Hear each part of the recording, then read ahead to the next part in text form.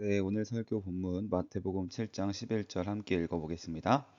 너희가 악한 자라도 좋은 것으로 자식에게 줄 알거든 하물며 하늘에 계신 너희 아버지께서 구하는 자에게 좋은 것으로 주시지 않겠느냐. 아멘.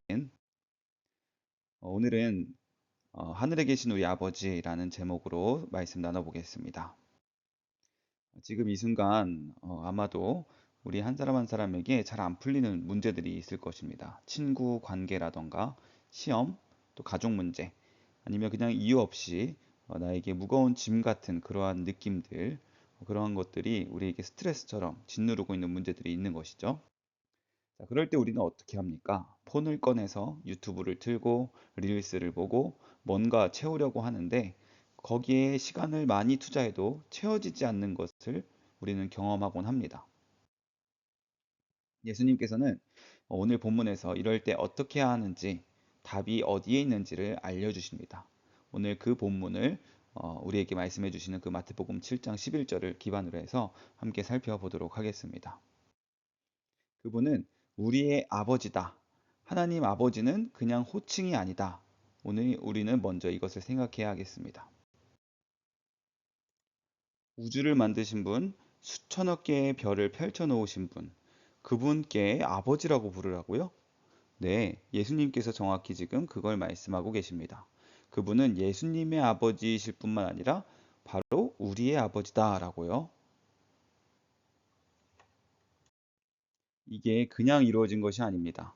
예수님께서 오셔서 이 땅에 오셔서 우리 대신 벌을 받으시고 다시 살아나심으로 우리를 하나님의 자녀로 만들어 주신 것입니다. 우리의 신분을 변화시켜 주신 것이죠. 하나님의 자녀들로 말입니다. 영국에서 살다 보면 우리는 어느 쪽에도 완전히 속하지 못하는 것 같은 느낌을 받을 때가 있습니다. 완전한 한국 사람도 아니고 그렇다고 또 완전한 영국 사람도 아닌 정체성의 혼란이 올 때가 있죠.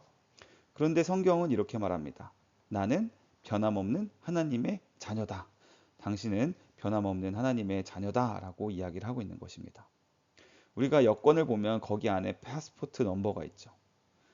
그것이 우리의 정체성을 말해줍니다. 어디 나라 사람이고 또 어디에 살고 있는 사람인지를 보여주는 것이죠.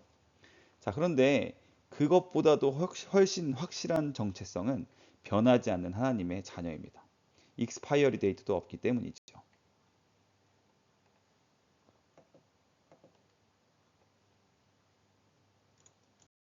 그래서 로마서 8장 38절부터 39절 말씀도 바로 이 이야기를 하고 있는 것입니다. 높음이나 깊음이나 다른 어떤 피조물이라도 우리를 우리 주 그리스도 예수 안에 있는 하나님의 사랑에서 끊을 수 없다라는 것이죠. 이 말씀이 바로 우리의 변하지 않는 하나님의 자녀됨에 대한 말씀이 되는 것입니다. 아버지가 자녀를 버리는 경우들이 세상에는 있습니다. 가정이 깨지는 경우도 있습니다. 그런데 우리 하나님은 절대로 그러시지 못한다, 그러시지 않는다라는 것이죠. 끊어질 수 없는 관계, 아버지와 나의 관계가 되었다라는 것입니다. 더 이상 우리는 고와 같이 이 세상을 혼자 살아가는 존재가 아닙니다. 우리 하나님 아버지는 무책임한 분이 아니십니다.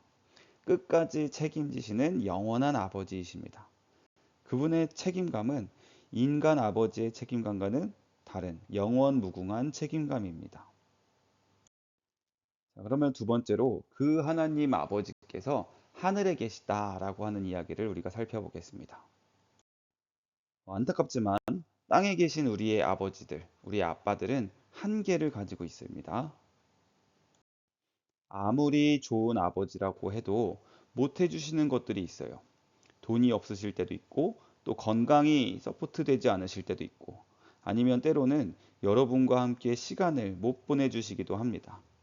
그렇게 그냥 어쩔 수 없는 상황들이 있습니다. 그게 한계를 가지고 있는 우리 육신의 아버지, 사람 아빠인 것이죠. 자, 그런데 이렇게 이 땅에 계신 아버지가 아니라 하늘에 계신 아버지, 우리의 하나님이 하늘에 계시다라는 말은 그냥 그분의 주소가 하늘이다라는 것뿐만이 아니라 이 세상에 그분의 능력이 매이지 않는다라는 뜻입니다. 이 땅의 아버지들은 하지 못하시는 일도 하실 수 있는 하늘에 계시는 아버지, 전능하신 하나님이시다라는 것입니다. 아무리 돈이 많을지라도 어떤 사람을 죽음에서 구원할 수 없습니다. 아무리 돈이 많아도 한 사람의 마음의 허전함과 외로움을 채워줄 수는 없습니다. 아무리 똑똑해도 미래를 보장하지는 못합니다. 그런데 하늘에 계시는 우리의 아버지 하나님은 그 모든 것들을 다 해내시는 분입니다. 우리를 죽음에서, 영원한 죽음에서 구원하시고 영원한 목마름과 허전함, 외로움을 채워주시고요. 또 우리의 영원한 미래까지 보장한다라고 약속하시는 분이십니다. 우리가 혼자인 것 같을 때, 집에 가도 아무도 없는 것 같고, 또 마음이 무거운 날, 미래가 안 보이는 답답한 날에, 그때에도 하늘에 계신 아버지는 어, 그 어떤 제한이 없이 바로 여러분 옆에 계시고 여러분을 도와주시는 분이십니다. 그런데 목사님, 그렇게 좋으신 하나님 아버지께서 제가 기도하는 것들을 들어주시지 않으셨습니다. 제 원하는 것을 이루어주지 않으셨어요. 그때 우리는 반드시 이 말씀을 함께 붙들어야 합니다. 바로 하물며라는 말씀입니다. 하물며 하늘에 계신 아버지께서 어떻게 우리의 기도를 들어주시는지 함께 살펴보겠습니다. 예수님은 이 말씀을 하시면서 이렇게 이야기합니다. 훨씬 비교도 안 될 만큼 불완전한 사람 아버지도 자식한테 좋은 것을 주려고 하는데 완벽하신 하늘에 계신 하나님 아버지께서 우리에게도 더 좋은 것을 주지 않으시겠는가라고 말씀하고 계신다는 거예요. 여기서 정말 중요한 부분은 내가 구하는 것과 하나님이 주시는 것이 다를 때가 있다라는 것입니다. 내가 구하는 것, 그리고 정말 나에게 필요한 것, 하나님이 보시기에 나에게 필요한 것은 다를 수가 있습니다. 내가 원하던 학교에 떨어지고, 관계가 멀어지고, 상황이 안 바뀌고, 그러면 하나님이 안 들어주신 걸까요? 결코 그렇지가 않습니다. 우리가 원하는 것이 하나님이 좋다고 하는 것과 다를 수 있기 때문입니다. 그런 의미에서 다시 한번 오늘 말씀 11절 하반절을 자세히 살펴보겠습니다. 예수님이 우리가 원하는 것을 준다고 하지 않으셨습니다.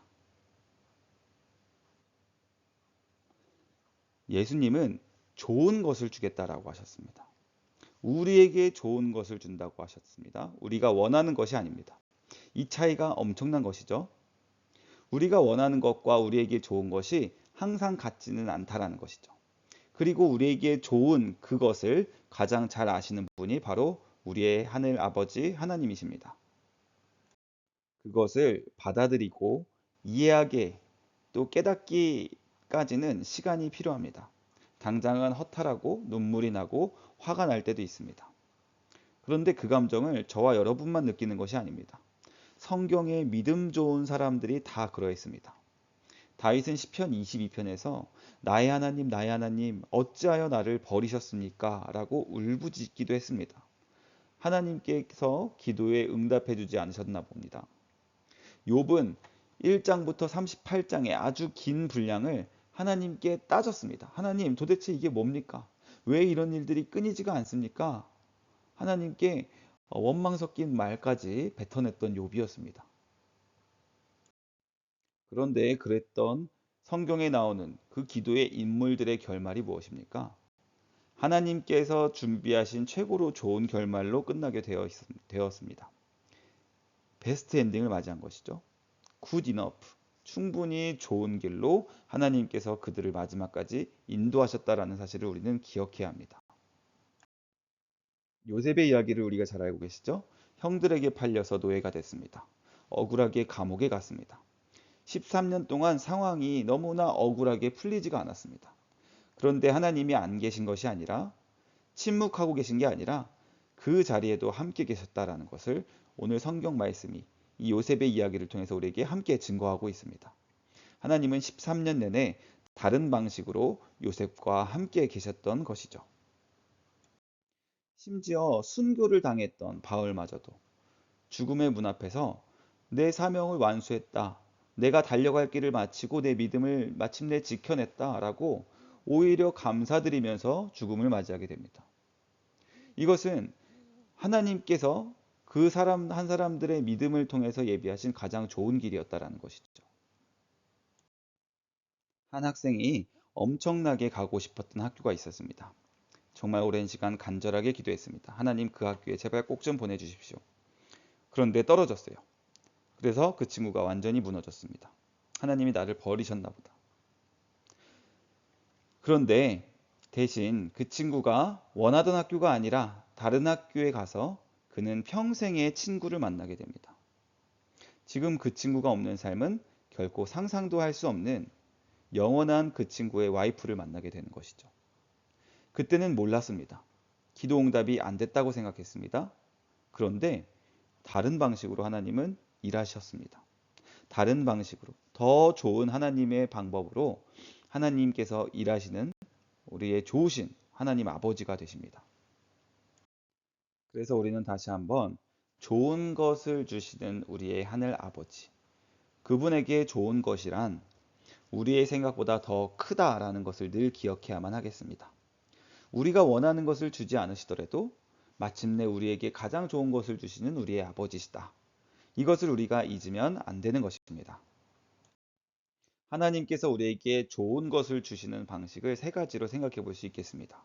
첫 번째는 정말 우리가 간절히 원하는 좋은 상황으로 바꿔주시는 일이 있을 수 있습니다. 그런데 때로는 버티는 힘을 주십니다. 또는 세 번째로 우리를 혼자 두지 않으시고 우리에게 위로하는 사람을 붙여주셔서 또 견디게도 하십니다.